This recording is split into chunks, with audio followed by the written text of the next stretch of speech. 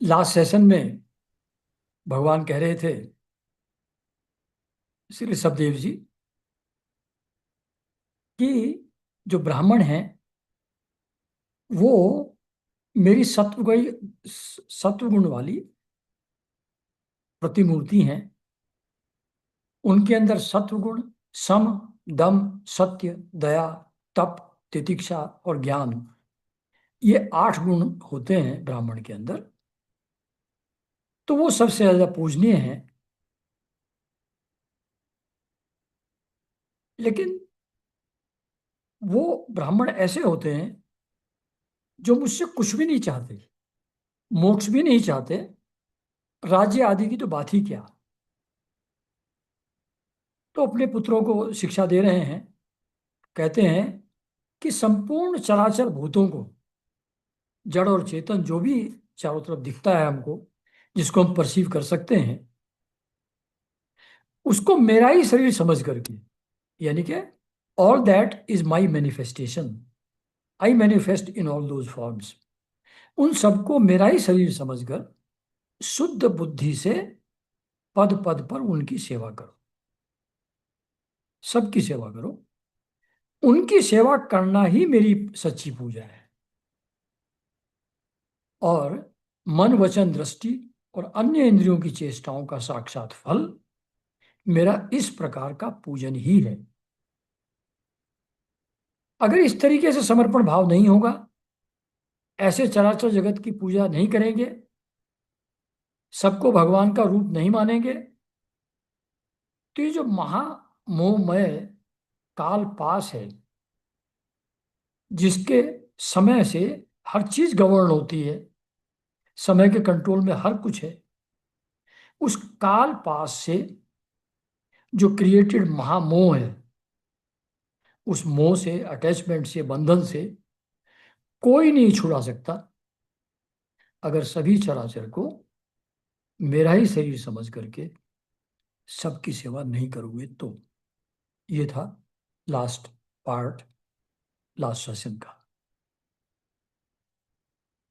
तो ये शिक्षा जो दे रहे थे, ये ऋषभ देव जी अपने पुत्रों को दे रहे थे। तो सुखदेव जी आगे कहते हैं, परीक्षित जी को बता रहे हैं कि राजन, ये ऋषभ देव जी के जो पुत्र थे, एक्चुअली वो खुद ही ज्ञानी थे, सुशिक्षित थे, वो अच्छी तरह चीजों को जानते थे। लेकिन फिर भी लोगों को शिक्षा देने के उद्देश्य से ऋषभ देव जी ने अपने पुत्रों को संबोधित किया। पर्पस था पब्लिक एट लार्ज को उपदेश देना। तो उस उद्देश्य से महाप्रभावशाली, परम सुहृद, यानी कि जिनके हृदय में सबके लिए प्रेम है, ऐसे भगवान ऋषभ ने उन्हें उपदेश दिया। ऋषभ देव जी के 100 पुत्रों में भरत सबसे बड़े थे। इसलिए ऋषभ देव जी ने पृथ्वी का पालन करने के लिए उन्हें राजगद्दी पर बैठा दिया और स्वयं उपशमशील, निवृत्ति परायण महामुनियों के भक्ति, ज्ञान और वैराग्य रूप परम हंसोचित धर्मों की शिक्षा देने के लिए बिल्कुल विरक्त हो गई। ये क्या कह रहे हैं यहां, कि परम हंस जो होते हैं, जैसे अलग अलग टाइप के सन्यासी हैं, उनमें से वन ऑफ देम, जो एक कैटेगरी है उनकी, वो परम हंस है, जो किसी भी चीज से किसी तरीके का कोई अटैचमेंट या संपर्क जिसका नहीं है,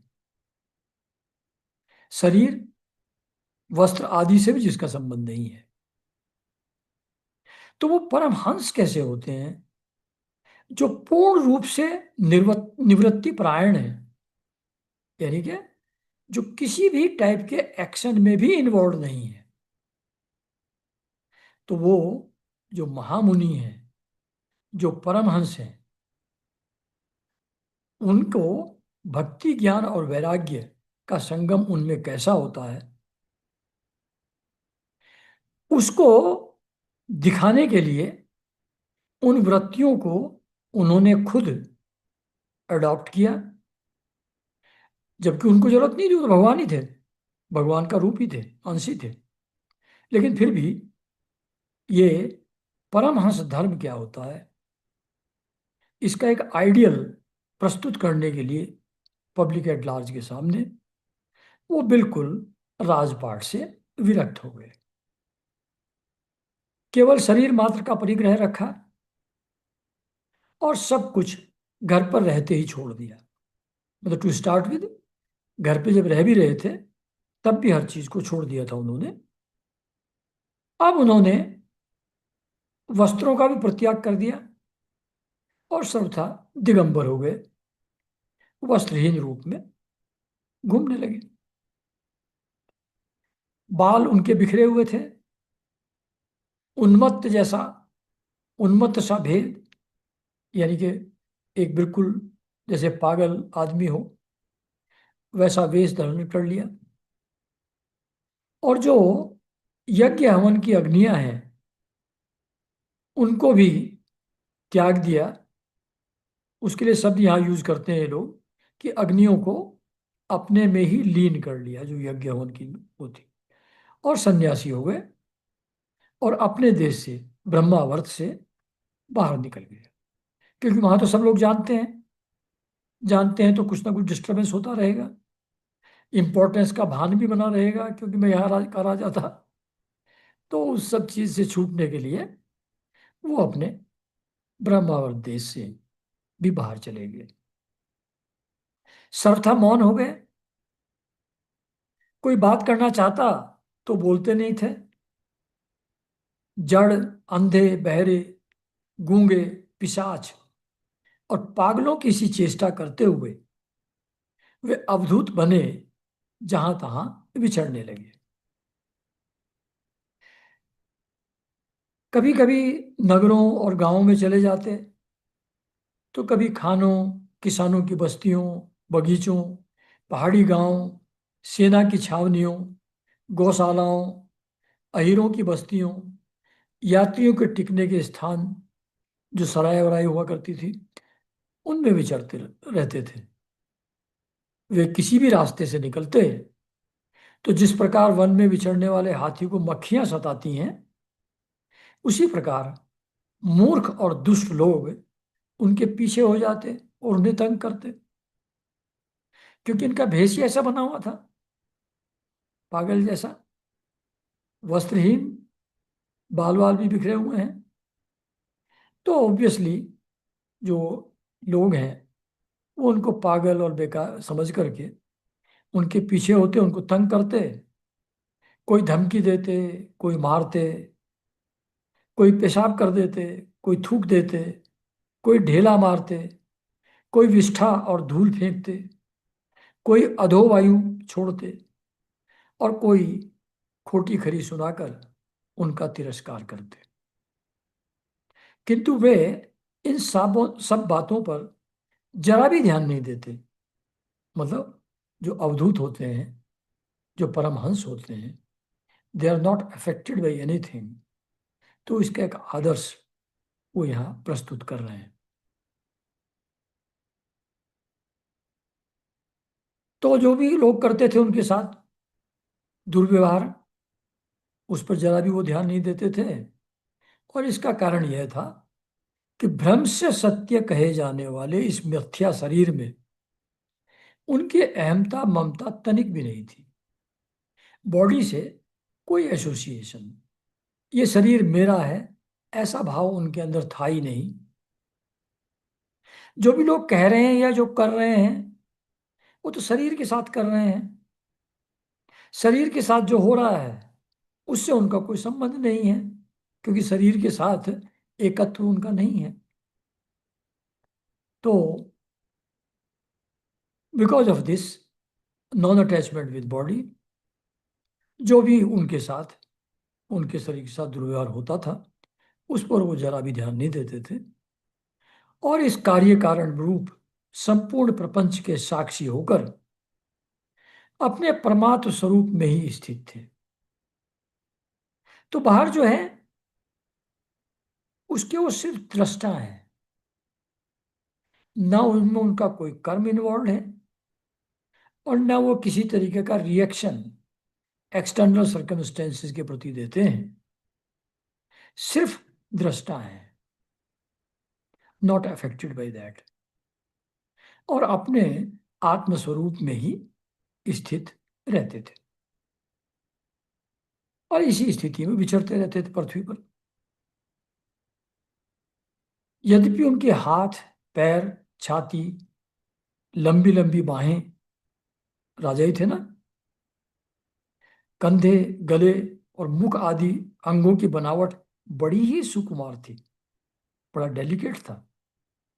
उन वो स्वभाव से ही सुंदर मुख, स्वाभाविक मधुर मुस्कान से और भी मनोहर जान पड़ते थे उस पागल अवस्था में भी। नेत्र नवीन कमल दल के समान, बड़े ही सुहावने, विशाल एवं कुछ लाली लिए हुए थे। उनकी पुतलियां शीतल एवं संताप हारिणी थी। उन नेत्रों के कारण वे बड़े मनोहर जान पड़ते थे। कपोल, कान और नासिका छोटे बड़े न होकर समान एवं सुंदर थे, तथा उनके अस्फुट हास्ययुक्त मनोहर मुखारविंद की शोभा को देखकर पूर्व नारियों के चित्त में कामदेव का संचार हो जाता था। तथापि उनके मुख के आगे जो भूरे रंग की लंबी लंबी घुंघराली लटें लटकी रहती थी, पागल थे ना, तो ऐसे ही लटकाए रहते थे बाल लटे, उनका महान भार और अवधूतों के समान धूल धूसरित देह के कारण वे ग्रहग्रस्त, ग्रहग्रस्त का मतलब पागल ही है, मनुष्य के समान जान पड़ते थे। जब भगवान ऋषभदेव ने देखा कि यह जनता योग साधन में विघ्न रूप है, तो इससे बचने का उपाय विभत्स वृत्ति से रहना ही है, तब उन्होंने अजगर वृत्ति धारण कर ली, है ना। मतलब अगर एक नॉर्मल तरीके से रहे वो, तो उनका प्रभाव इतना ज्यादा है कि लोग उनसे अट्रैक्ट होकर के कुछ पूछने कहने आएंगे उनके पास। उसके कारण से जो उनकी योग साधना है उसमें बाधा पड़ेगी, विघ्न पड़ेगा। इसको अवॉइड करने के लिए ऐसा विभत्स रूप, ऐसा गंदा स्वरूप उन्होंने अपना बनाया जिससे कोई आसपास फटके नहीं। ऐसा बहुत, जो बहुत ऊंचे साधु होते हैं, ऐसे बहुत लोग ऐसा करते हैं। एक श्री एम की किताब, उनकी बायोग्राफी में पढ़ रहा था एक बार, तो उसमें श्री एम के गुरु बनारस में उन्हें एक गुरु के पास लेकर के गए थे। तो वैसे ही वो गंदे से और गाली गलौज करने वाले, मिसबिहेव करने वाले सबके साथ एक कोई लेडी आई मिलने। उसने कहा, मुझको पता है कि आप बहुत बड़े संत हैं, बहुत बड़े ज्ञानी हैं, और मैं जाऊंगी नहीं, मैं जानती हूं आपको। उसने कहा अच्छा। कह रहा ठीक है, अच्छा, कपड़े निकालो, I want to suck your teats. तो गाली गलौज करती हुई भाग गई लेडी जो थी। वो जो श्रद्धा थी काफी सुपरफिशियल थी। जब वो चली गई और ये श्री एम और इनके गुरु सिर्फ वही रह गए, तब गुरु जी ने उनसे प्रार्थना किया कि इन ये जो बच्चा है मेरे साथ आया है, अंडर ट्रेनिंग है अभी, तो इसको जरा अपना वास्तविक स्वरूप दिखा दीजिए। Then he transformed himself into a very handsome सन्यासी। ऐसा गौरवर्ण, ऐसा सुंदर रूप फिर उन्होंने श्री एम को दिखाया है। तो अपने आप को छुपा कर रख रहे थे, जिससे लोग बिना मतलब कुछ मांगने, कुछ कहने, कुछ सुनने, कुछ पूछने, इस चक्कर में आ करके बिना मतलब उनकी साधना में विघ्न ना डालें। तो ये जो इस टाइप का आदर्श लोगों के सामने रखा सन्यासियों के लिए अवधूत तरीके से रहने का, ये ऋषभ देव जी ने रखा था। तो उन्हीं का यहाँ वर्णन अभी हो रहा है। तो उन्होंने अजगर वृत्ति धारण कर ली, यानी कि जहां पड़े हैं, तो अजगर जैसे खाना वाना लेने कहीं जाता तो है नहीं। अब आ जाएगा तो खा लिया, नहीं आया तो कोई बात नहीं, ऐसे ही पड़े हैं। सुसु पोटी करने कहीं नहीं जाना, जहाँ पड़े हैं वहीं सुसु कर रहे हैं, वहीं पोटी कर रहे हैं, वो शरीर सन रहा है उससे। तो वो लेटे लेटे ही खाने पीने चबाने मल मूत्र त्याग करने लगे, और वे अपने त्यागे हुए मल में लोट लोट कर शरीर को उससे सान लेते थे। ऐसी स्थिति में ऋषभ देव जी रह रहे थे, किंतु उनके मल में दुर्गंध नहीं थी, बड़ी सुगंध थी। और वायु उस सुगंध को लेकर उनके चारों ओर 10 योजन तक सारे देश को सुगंधित कर देती थी। इस प्रकार गौ, मृग और काक आदि की वृत्तियों को स्वीकार कर वे उन्हीं के समान कभी चलते, कभी खड़े खड़े, कभी बैठे हुए, कभी लेटे लेटे ही खाने पीने और मल मूत्र का त्याग जैसे गाय करती है, मृग करते हैं, कौवे करते हैं, वैसे ही उनकी वृत्ति अपना करके वैसे ही एक नेचुरल तरीके से रहते थे। परीक्षित, ये सुखदेव जी उनको कहानी सुना रहे हैं। परमहंसों को त्याग के आदर्श की शिक्षा देने के लिए इस प्रकार मोक्षपति भगवान ऋषभदेव ने कई तरह की योग चर्याओं का आचरण किया। वे निरंतर सर्वश्रेष्ठ महान आनंद का अनुभव करते रहते थे। उनकी दृष्टि में निरुपाधि रूप से संपूर्ण प्राणियों की आत्मा अपने आत्मस्वरूप भगवान वासुदेव से किसी प्रकार का भेद नहीं था। अपनी ही आत्मा में आनंद अनुभव करते थे, और उनमें और भगवान कृष्ण या वासुदेव में कोई अंतर नहीं था, वो एक ही थे। इसलिए उनके सभी पुरुषार्थ पूरे हो चुके थे। तो जब कोई इच्छा नहीं रहती, अपने आत्म आनंद में ही आदमी रहने लगता है, तो एक लास्ट रिजॉर्ट भटकाने के लिए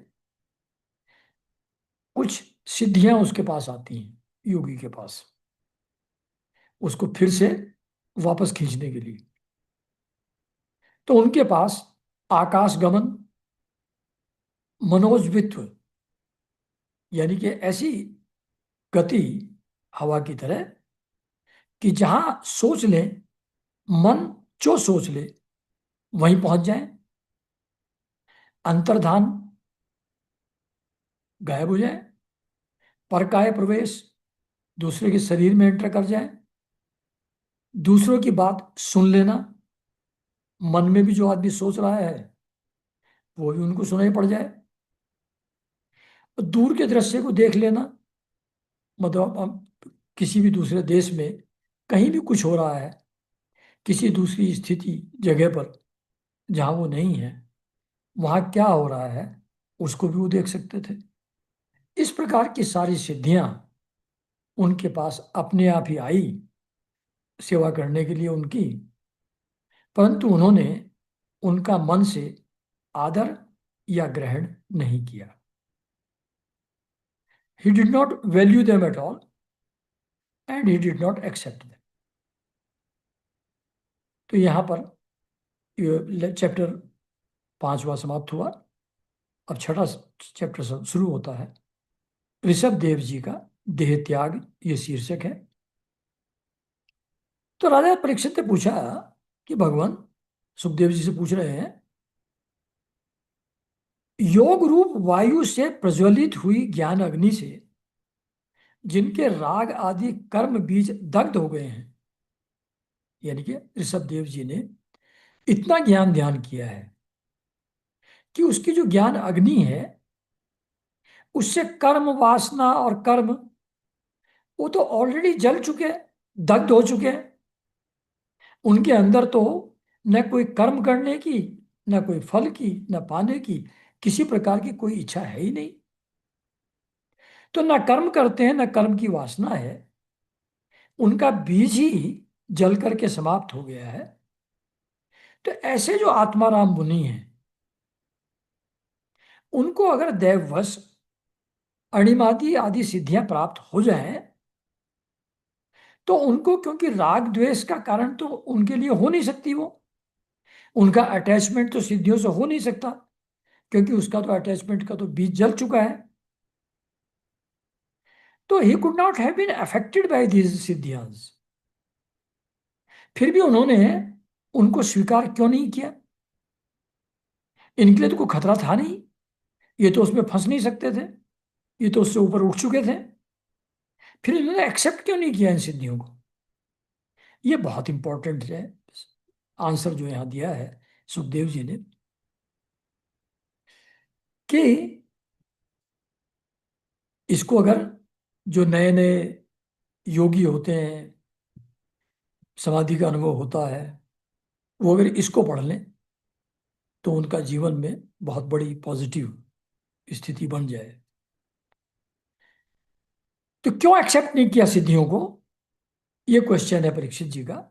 सुखदेव जी कहते हैं कि तुम्हारा कहना ठीक है, कि मतलब जो अपनी आत्मा के आनंद में ही रहता है, जिसका कर्म बीज जल गया है, उसको सिद्धियों से कोई फर्क नहीं पड़ता। ये बात जो तुम कह रहे हो, ये बात तो ठीक है, लेकिन जैसे चालाक व्याध अपने ही पकड़े हुए मृग का विश्वास नहीं करते। व्याध जो पकड़ के लाया है किसी जानवर को, वो विश्वास करके कि यहीं रहेगा ऐसा नहीं रखते। उसी प्रकार बुद्धिमान लोग इस चंचल चित्त का भरोसा नहीं करते। माइंड जो है कब उलट दे आदमी को, जो जबकि अभी उस माइंड को ट्रांसेंड करके आत्मानंद में है, लेकिन ये फिर बैक डोर से कब एंटर होगा, पलट उलट दे आदमी को, इसका भरोसा नहीं है। तो बुद्धिमान लोग इस चित्त का, चंचल चित्त का भरोसा नहीं करते। ऐसा ही कहा भी है, इस चंचल चित्त से कभी मैत्री नहीं करनी चाहिए, इसके बियॉन्ड ही जाना चाहिए। जैसे निसर्गदत्त महाराज जी बार बार कहते हैं कि मन को सुलझा लेना, अच्छे विचार ले आना, इन सब चीजों से नहीं होगा। मन के पार ही चले जाओ, मन के साथ रहो ही नहीं। तो यहां भी कहते हैं कि चंचल चित्त से मैत्री नहीं करनी चाहिए, ये कभी भी फंसा देगा। इसमें विश्वास करने से मोहिनी रूप में फंसकर महादेव जी का चिरकाल का संचित तप क्षीण हो गया था। मतलब मोहिनी रूप के बारे में सुना महादेव जी ने, थोड़ा क्यूरियोसिटी हुई कि देखे तो कैसे लगते थे भगवान विष्णु मोहिनी रूप में। वो देखने के लिए चले गए विष्णु जी के पास। उनको अंदर, अपने अंदर पूरा विश्वास था कि मैं तो पूरे ज्ञान ध्यान के द्वारा काम पर संपूर्ण विजय पा चुका हूं, इंद्रियों से मैं बिल्कुल फ्री हूं, उनका स्वामी हूं, they do not control me any more. तो मैं नहीं फिसल सकता, मैं, मेरा मन मुझको भटका नहीं सकता। तो ये विचार कहाँ आया था, ये मोहिनी को रूप देखने का? ऑब्वियसली मन में ही आया था। तो उन्होंने मन के विचार को स्वीकार कर लिया महादेव जी ने। और उसकी इच्छा के अनुसार देखने के लिए चल पड़े। मन से मैत्री कर ली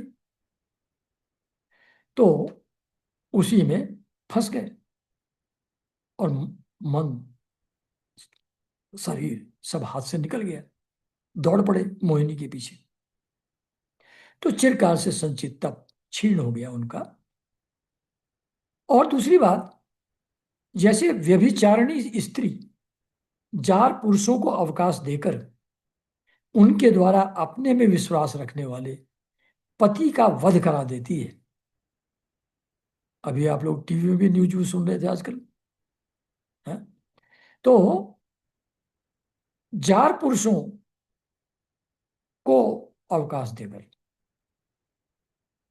उनके द्वारा जो अपने में विश्वास रखने वाला पति है उसका स्त्री जैसे वध करा देती है, उसी प्रकार जो योगी मन पर विश्वास करते हैं उनका मन काम और उसके साथी क्रोध आदि शत्रुओं को आक्रमण करने का अवसर देकर उन्हें नष्ट भ्रष्ट कर देता है।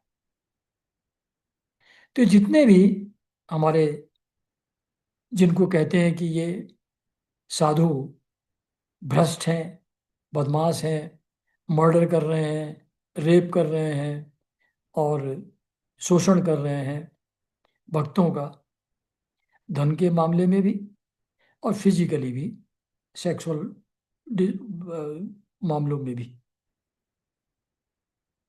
तो ये सब मन पर विश्वास करने के कारण से है। और मन, फिर जब मन पर विश्वास किया कि ये मेरे कंट्रोल में, ऐसा माना, तो उसके जो एट्रीब्यूट्स हैं काम और क्रोध आदि, वो उनको अवसर मिल जाता है फिर से अटैक करने का और फिर से योगी को नष्ट भ्रष्ट कर देने का। तो ये सभी लोग जिनको ढोंगी पाखंडी कहा जाता है, बदमाश कहा जाता है, क्रिमिनल कहा जाता है, ये सब अच्छे साधु थे। इन्होंने वास्तव में अचीव किया था, लेकिन ऋषभ देव जी की बात नहीं सुनी कि मन के ऊपर विश्वास मत करो, ये पटक देगा, इसको यूज मत करो, आश्रम बना करके इसको करोगे तो फंस जाओगे, है ना। तो इसलिए उन्होंने नहीं स्वीकार की थी सिद्धियां। तो काम क्रोध मद लोभ भय आदि शत्रुओं तथा कर्म बंधन का मूल तो ये मन ही है। काम क्रोध मद लोभ भय ये सब तो मन के अंदर ही है, कर्म बंधन तो मन में ही है। तो इस पर कोई भी बुद्धिमान पुरुष कैसे विश्वास कर सकता है। तो डोंट एवर रिलाई। मन कहे कि थोड़ा सा एंजॉय करने में तो कोई बात नहीं है, थोड़ा सा कुछ देख लेने में तो कोई दिक्कत नहीं है, बाकी साधना कर ही रहे हैं ना, तो थोड़ा सा घूम लेते हैं, थोड़ा सा ये कर लेते हैं, थोड़ा सा यूट्यूब देख लेते हैं। ये जहां उसको थोड़ी सी ढील दी, बस वो फिर उंगली पकड़ते पकड़ते पहुंचा पकड़ लेता है, फिर वो छोड़ता नहीं है। तो यही कहते हैं कि इस मन के ऊपर आप विश्वास न करें। इसी से भगवान ऋषभदेव यद्यपि इंद्र आदि सभी लोकपालों के भी भूषण स्वरूप थे, यानी कि he was much better and much and much above, Indra आदि देवताओं से भी बहुत ऊपर उनकी स्थिति थी, तो भी वे जड़ पुरुषों की भांति अवधूतों से विविध वेश, भाषा और आचरण से अपने ईश्वरीय प्रभाव को छिपाए रहते थे। तो छिपा के इसलिए रखते थे कि लोग परेशान न करें, डिस्टर्ब न करें उनके ध्यान में। अंत में उन्होंने योगियों को देह त्याग की विधि सिखाने के लिए अपना शरीर छोड़ना चाहा। मतलब करोड़ों साल शासन तो कर ही चुके थे ऑलरेडी, बच्चों को, भरत को बैठा दिया था गद्दी पर, तो अब टाइम हो गया था, तो अब शरीर उनको छोड़ना था। पर शरीर कैसे छोड़ा जाए, देह त्याग कैसे किया जाए, इस विधि को सिखाने के लिए भी उन्होंने एक उपक्रम किया। वे अपने अंतःकरण में अभेद रूप स्थित परमात्मा को अभिन्न रूप से देखते हुए वासनाओं की अनुवृत्ति से छूटकर लिंग देह के अभिमान से भी मुक्त होकर उपराम हो गए। मतलब क्या कह रहे हैं कि जब अपने आप को परमात्मा से अभिन्न हम देखते हैं, हमारे शरीर में, हमारे लिंग शरीर में जो एक मैं भाव है, चेतना का आभास है, ये उस अल्टीमेट रियलिटी का रिफ्लेक्शन है। तो हम जो ये मन के अंदर, अंतःकरण के अंदर मैं भाव है, जो चेतना का भाव महसूस होता है, ये आभास है एक रियलिटी का। ये चेतना जो हम महसूस करते हैं, ये एक ही आत्मा, एक ही चेतना का रिफ्लेक्शन है। कॉन्शसनेस वो एक ही है। तो मेरा मैं भाव अंतःकरण का और परमात्मा यूनिवर्सल कॉन्शसनेस, ये दोनों एक ही हैं, अभिन्न हैं। इस चीज को अच्छी तरह रियलाइज करते हुए वो लिंग देह के अभिमान से भी मुक्त हो गए। अंतःकरण में भी मैं भाव उनका नहीं रहा, मन बुद्धि और चित्त के साथ भी उनका तादात्म्य नहीं रहा। यह है कहने का मतलब, लिंग देह के अभिमान से मुक्त होने का मतलब यह है। इस प्रकार लिंग देह के अभिमान से मुक्त भगवान ऋषभ देव जी का शरीर योग माया की वासना से केवल अभिमान आभास के आश्रय ही इस पृथ्वी तल पर विचरता रहा। मतलब शरीर प्रारब्ध के अधीन है, ये माया का कार्य है, माया ने इसको क्रिएट किया है शरीर को। तो ये जो शरीर था ऋषभ देव जी का, वो योग वासना, योग माया जहां उसको ले जाती थी, वो वहां शरीर घूमता रहता था। तो अभी उसका सिर्फ आभास मात्र था, और वो शरीर उनका, इनका तो कोई संबंध उससे था ही नहीं शरीर से। वो पृथ्वी तल पर योग माया के प्रभाव से विचरता रहता था, प्रारब्धवश इधर उधर घूमता रहता था।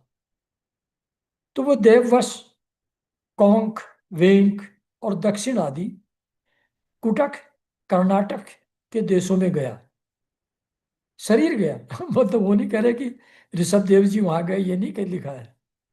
यहाँ कह रहे हैं कि ऋषभ देव जी का जो शरीर था, वो योग माया के प्रभाव से कोंक, वेंक, दक्षिण, कुटक, कर्नाटक आदि अनेक देशों में गया, और मुंह में पत्थर का टुकड़ा डाले और बाल बिखेरे उन्मत्त के समान दिगंबर रूप से कुटकाचल के वन में घूमने लगा। इतने सारे देशों में घूम घूम करके फाइनली एक कुटकाचल वन में पहुंच गया उनका शरीर। इसी समय झंझावात से झकझोरे हुए बांसों के घर्षण से प्रबल दावाग्नि धधक उठी, और उसने सारे वन को अपनी लाल लाल लपटों में लेकर ऋषभ देव जी के शरीर के साथ भस्म कर दिया। शरीर को भस्म कर, तो जंगल में घूम रहे थे, तेज हवा आंधी आई, बांस रगड़े, आग जली, आग लग गई जंगल में, उसी में शरीर घूम रहा था, शरीर उसी में जल करके समाप्त हो गया। तो ये देह त्याग की विधि। मतलब पहले देह से सब संबंध छुड़ा लिया, फिर देह कैसे अंत होता है वो देह जाने, हमसे क्या लेना देना। ऐसे उसको अनअटेंडेड छोड़ दिया, जो होना होगा हो जाएगा। तो ये देह त्याग की विधि उन्होंने ये आदर्श लोगों के सामने रखा। तो फिर आगे परीक्षित जी को कंटिन्यू सुना रहे हैं कहानी सुखदेव जी कि राजन, जिस समय कलयुग में अधर्म की वृद्धि होगी, उस समय कौंक, वेंक, कुटक, मतलब जिन जिन देशों में उनका शरीर गया था, दिगंबर वृत्ति धारण किए हुए नंग धड़ंग जहां वो घूम रहे थे, वहां के एक राजा अरहत वहां के लोगों से ऋषभ देव जी के आश्रमातीत आचरण का वृतांत सुनकर, आश्रमातीत आचरण का वृतांत सुनकर, मतलब जो गृहस्थ आश्रम, संन्यास आश्रम और वो अपना वानप्रस्थ आश्रम, उनके जो नियम हैं उनको भी छोड़ करके सभी आश्रमों के बियॉन्ड उनका आचरण हो गया। इस आचरण को राजा अरहत ने सुना। वो मंदमती था, शार्प इंटेलेक्ट नहीं था उसका।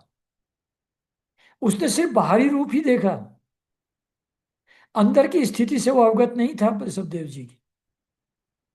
तो वो जो मंदमती था राजा, उसने उनका एक्सटर्नेलिया, एक्सटर्नल फॉर्म को देखा और स्वयं उसे ग्रहण कर लिया और पूर्व संचित पाप फल रूप होनहार के वशीभूत हो भय रहित स्वधर्म का परित्याग करके अपनी बुद्धि से अनुचित और पाखंडपूर्ण कुमार्ग का प्रचार करेगा। तो लिखा है कि जब कलयुग आएगा तो एक अरहत नाम का मंदमती राजा होगा। वो सुनेगा इनका एक्सटर्नल वे ऑफ लिविंग, उसको खुद भी अडॉप्ट करेगा और दूसरे लोगों में भी उसका प्रचार करेगा अपने राज्य में, और फिर भय रहित होकर के स्वधर्म पथ का परित्याग कर देगा। यानी कि जो सनातन धर्म है, जो वेदों के अंदर आश्रम व्यवस्था है, जो कोड ऑफ कंडक्ट है वेदों का, उन सब को त्याग कर देगा एक्सटर्नल कंडक्ट को देख करके ऋषभदेव जी के। और फिर ये जिसमें सिर्फ पाखंड है ऐसा खुद भी करेगा और अपनी प्रजा से भी वैसा करवाएगा। उससे कलयुग में देव माया से मोहित अनेकों अधम मनुष्य अपने शास्त्र विहित शौच और आचार को छोड़ बैठेंगे, गंदे रहने लगेंगे, नहाना धोना छोड़ देंगे, दातून करना छोड़ देंगे, फॉलो कर रहे हैं ऋषभदेव जी को। अधर्म बहुल कलयुग के प्रभाव से बुद्धिहीन हो जाने के कारण वे स्नान करना, आचमन न करना, अशुद्ध रहना, केस नुचवाना और ईश्वर का तिरस्कार करने वाले पाखंड धर्मों को मनमाने ढंग से स्वीकार करेंगे। मतलब वो जो अवतार है भगवान के, उनका भी तिरस्कार करेंगे, ईश्वर का तिरस्कार करेंगे, राम कृष्ण आदि को नहीं मानेंगे, पाखंड धर्मों को मनमाने ढंग से स्वीकार करेंगे और प्रायः वेद ब्राह्मण और भगवान यज्ञ पुरुष की निंदा करने लगेंगे, विष्णु भगवान की भी निंदा करने लगेंगे ये लोग। तो ये एक आध बार मैंने पहले ही बोला था कि भगवान अपने ओशो कहा करते थे कि भूखा नंगा रहने से कोई महावीर नहीं हो जाता, जो महावीर हो जाए अंदर से, उसको कपड़े की और भोजन की आवश्यकता नहीं रहती। तो कपड़ा और भोजन छोड़ना ये साधना का तरीका नहीं है। इससे महावीर भगवान, महावीर जैन नहीं बन जाओगे उससे। उससे सिर्फ पाखंड पैदा होगा। वही बात यहां कही जा रही है कि इन लोगों ने एक्सटर्नल आचरण अडॉप्ट कर लेंगे ये लोग, और पाखंडी हो जाएंगे और भगवान को ही नकारने लगेंगे। वे अपनी इस नवीन अवैधिक, जो वेदों से बिल्कुल अलग है, स्वेच्छाकृत प्रवृत्ति में, मतलब आप किसी शास्त्र को, किसी चीज को न मान करके अपने आप ही कोई आचरण करने लगेंगे जो वेद विहित नहीं है। अंत परंपरा से विश्वास करने करके मतवाले रहने के कारण ये सब लोग घोर नरक में गिरेंगे। तो ये यहाँ, ये जो जैन धर्म है उसके बारे में यहाँ ये वर्णन किया गया है, अभी जो कहा गया है। अच्छा, तो भगवान का यह अवतार रजोगुण से भरे हुए लोगों को मोक्ष मार्ग की शिक्षा देने के लिए हुआ था। जो बहुत ज्यादा रजोगुण से व्याप्त होकर के कर्म में उलझे हुए हैं, उनको शिक्षा देने के लिए ये भगवान का अवतार हुआ था। इसके गुणों का वर्णन करते हुए लोग इन वाक्यों को कहा करते हैं। अहो, 7 समुद्रों वाली पृथ्वी की समस्त द्वीप और वर्षों में यह भारतवर्ष बड़ी ही पुण्य भूमि है, क्योंकि यहाँ के लोग श्री हरि के मंगलमय अवतार चरित्रों का गान करते हैं। अहो, महाराज प्रियव्रत का वंश बड़ा ही उज्जवल और सुयसपूर्ण है। मतलब प्रियव्रत के ही बेटे थे ना, उसी परंपरा से आ रहे हैं, जिसमें पुराण पुरुष श्री आदि नारायण ने ऋषभ अवतार लेकर मोक्ष की प्राप्ति कराने वाले पारमहंस्य धर्म का आचरण किया। अहो, इन जन्म, तो ये पुराण पुरुष श्री आदेव ने लेकर, ऋषभ अवतार लेकर मोक्ष की प्राप्ति करने वाले परमहंस वाले धर्म का आचरण किया। तो ये सन्यासियों के लिए है, ये जनरल पब्लिक के लिए नहीं है। और इन जन्म रहित भगवान ऋषभ देव के मार्ग पर कोई दूसरा योगी मन से भी कैसे चल सकता है? मतलब इतना डिस्टेंसिंग फ्रॉम वंस बॉडी कि लोग क्या कह रहे हैं, क्या कर रहे हैं, उसका कोई ख्याल नहीं। शरीर के साथ क्या हो रहा है कोई ख्याल नहीं। ये सन्यासियों के बस का भी नहीं है। तो योगी भी इस पर नहीं चल सकते, क्योंकि योगी लोग जिन योग सिद्धियों के लिए लालायित होकर निरंतर निरंतर प्रयत्न करते हैं, जैसे नॉर्मली कोई भी ज्ञान ध्यान के रास्ते पर चलता है, तो उसके मन में एट बैक ऑफ माइंड कुछ ना कुछ सिद्धि की इच्छा रहती है। जैसे हम लोग गुरु जी के पास जाते हैं तो देखते हैं कि गुरु जी को सब कुछ मालूम है, हमारा पास्ट प्रेजेंट फ्यूचर सब मालूम है। तो एक बैक ऑफ माइंड में कहीं ना कहीं ऐसी इच्छा होती है कि हमारे साथ कब होगा ऐसा, हम कब जानेंगे। तो योगी के अंदर योग सिद्धियों के लिए लालसा रहती है, उसके लिए वो लालायित रहते हैं और उसके लिए निरंतर प्रयत्न करते हैं योगी लोग।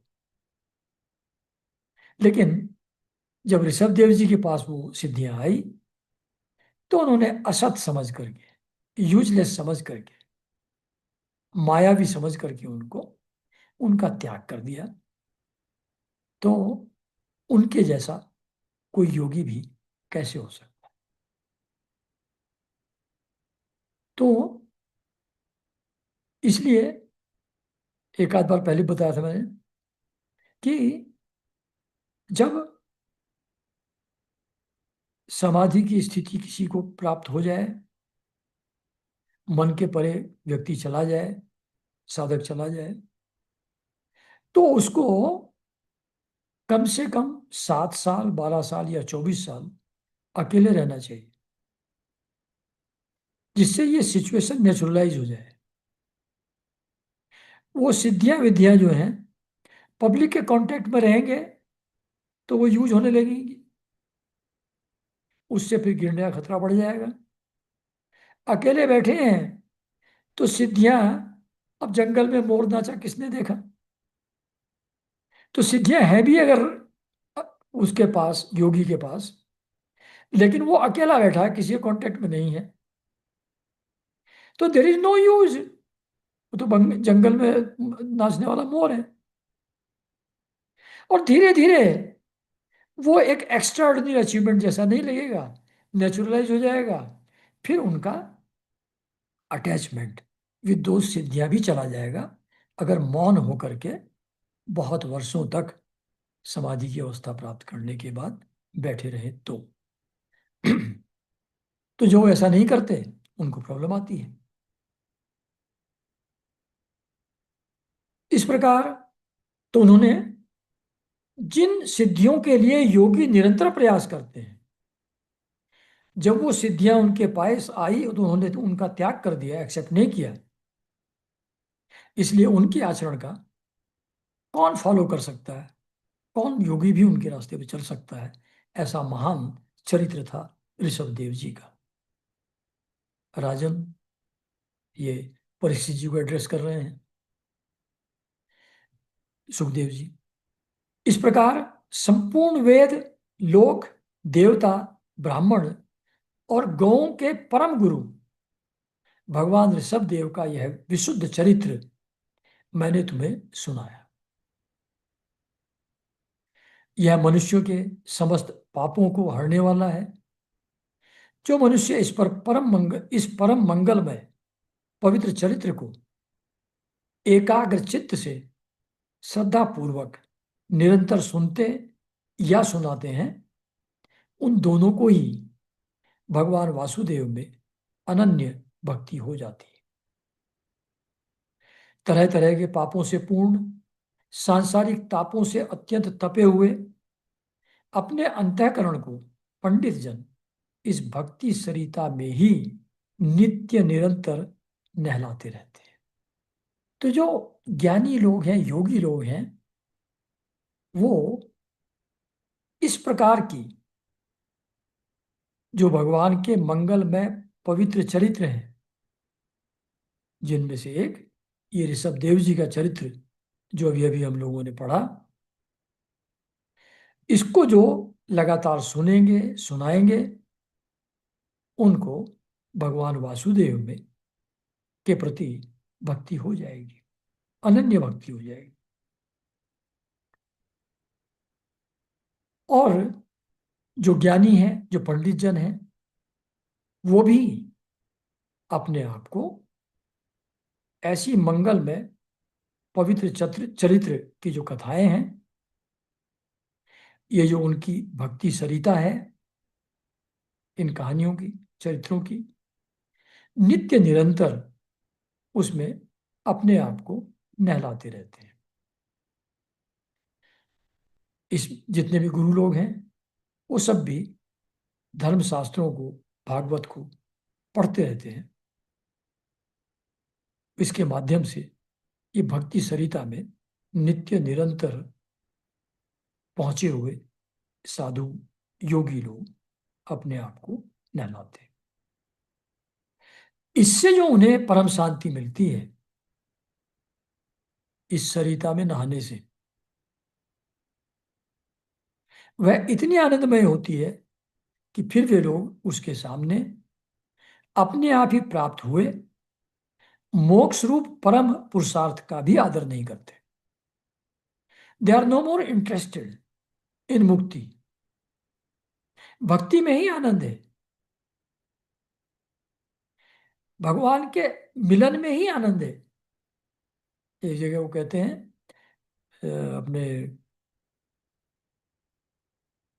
सीताराम दास बाबा, कि भक्त जो है वो मिलन में ही आनंद मानते हैं। वो मिलन चाहते हैं, मिश्रण नहीं। भगवान से एक नहीं होना चाहते, भगवान से मिलना चाहते हैं। तो वो मोक्ष भी नहीं चाहते, उसका भी आदर नहीं करते। इतनी शांति उनको इस भक्ति सरिता में नहाने से, डुबकी लगाने से मिलती है। भगवान के निज जन हो जाने से उनके समर्थ पुरुषार्थ सिद्ध हो जाते हैं। मतलब जितनी कोई मनोकामना रहती ही नहीं, जो भी अचीवेबल था उसकी सबकी परिणति, उसका जो अल्टीमेट फल है वो भगवान के निज जन हो जाना, भगवान के साथ मिलन हो जाना, भगवान के साथ बात, स्पर्श, सब कुछ हो जाना। इसके सामने मोक्ष भी कुछ नहीं है। वो भक्ति सरिता में नहाने से होता है, जो इन कथाओं के श्रवण और पठन से होता है। राजन, भगवान श्री कृष्ण स्वयं पांडव लोगों के, यदुवंशियों के रक्षक, गुरु, इष्ट देव, सुहृद और कुलपति थे। यहां तक कि वे कभी कभी आज्ञाकारी सेवक भी बन जाते थे पांडवों के।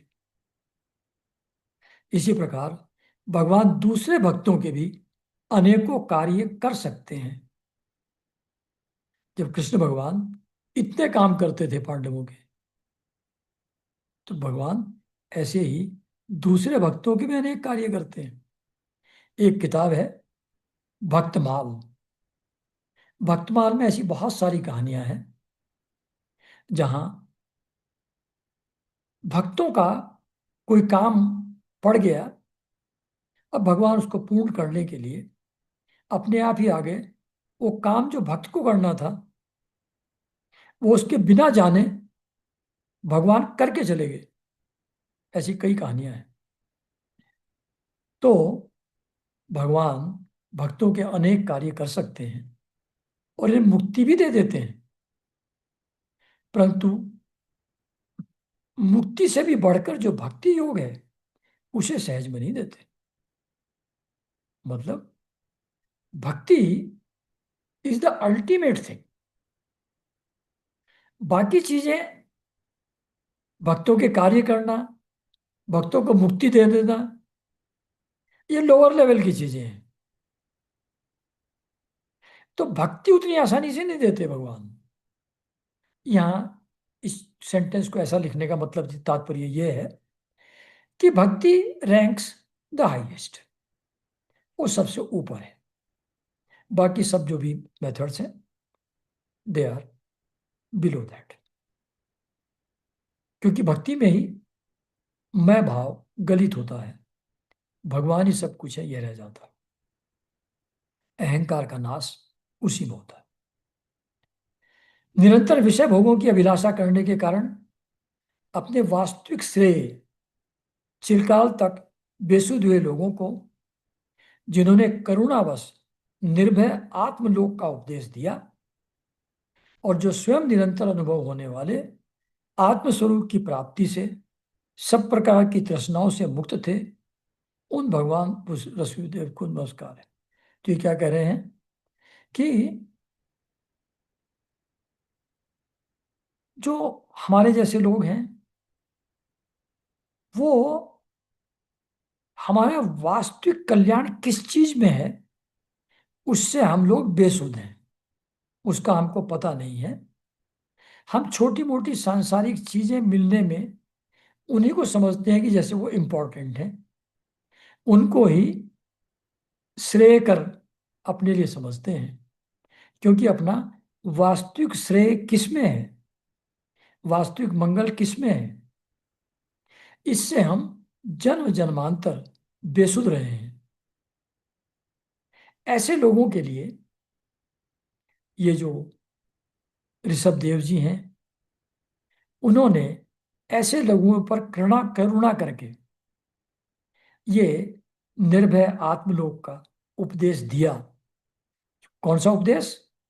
जो वो अपने बेटों को दे रहे थे ना, वो उपदेश आत्मलोक का, आत्मा का अनुभव कैसे हो, अपने बेटों को उन्होंने बताया था, उसके माध्यम से पूरी पब्लिक को बताया था। तो ये लोग, वास्तविक श्रेय हमारा किसमें है, श्रेयस किसमें है, कल्याण किसमें है? हम सब लोग उससे बेसुध हैं। हम लोगों पर करुणा करुणा करके उन्हें उस आत्मज्ञान का उपदेश जिन ऋषभ देव जी ने दिया, हम उन भगवान ऋषभ देव जी को नमस्कार करते हैं। ये था लास्ट सेंटेंस। अच्छा, तो अब ये भरत चरित्र नेक्स्ट सेंटेंस शुरू होगा 7th। तो इसको फिर अगले संडे बात करेंगे, यहाँ सही समय पर खत्म हुआ है ना? चलिए, तो सबको नमस्कार।